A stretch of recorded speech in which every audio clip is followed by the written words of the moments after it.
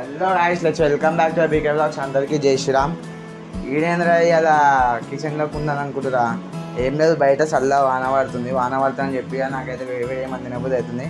ఇక అందుకే కాలిఫ్లవర్ పకోడీ చేసుకున్నామని చెప్పి నేనైతే కిచెన్లోకి అయితే వచ్చేసినాను. నేనైతే కాలిఫ్లవర్ పకోడీ చేసినా. మీరైతే చూసాను ఎట్లా చేస్తున్నా.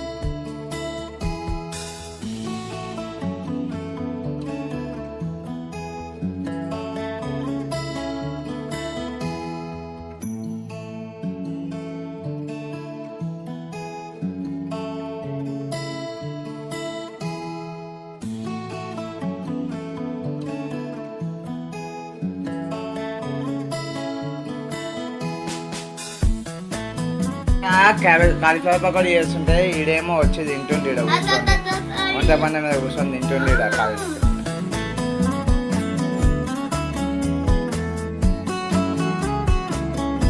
ఇప్పుడైతే రెడీ అయిపోయినాయి కాలీఫ్లవర్ పకోడీ ఇంకా పాలకూర పకోడీ. ఇక నేనైతే తినేసి అదే నాకైతే ఆకలి అవుతుంది.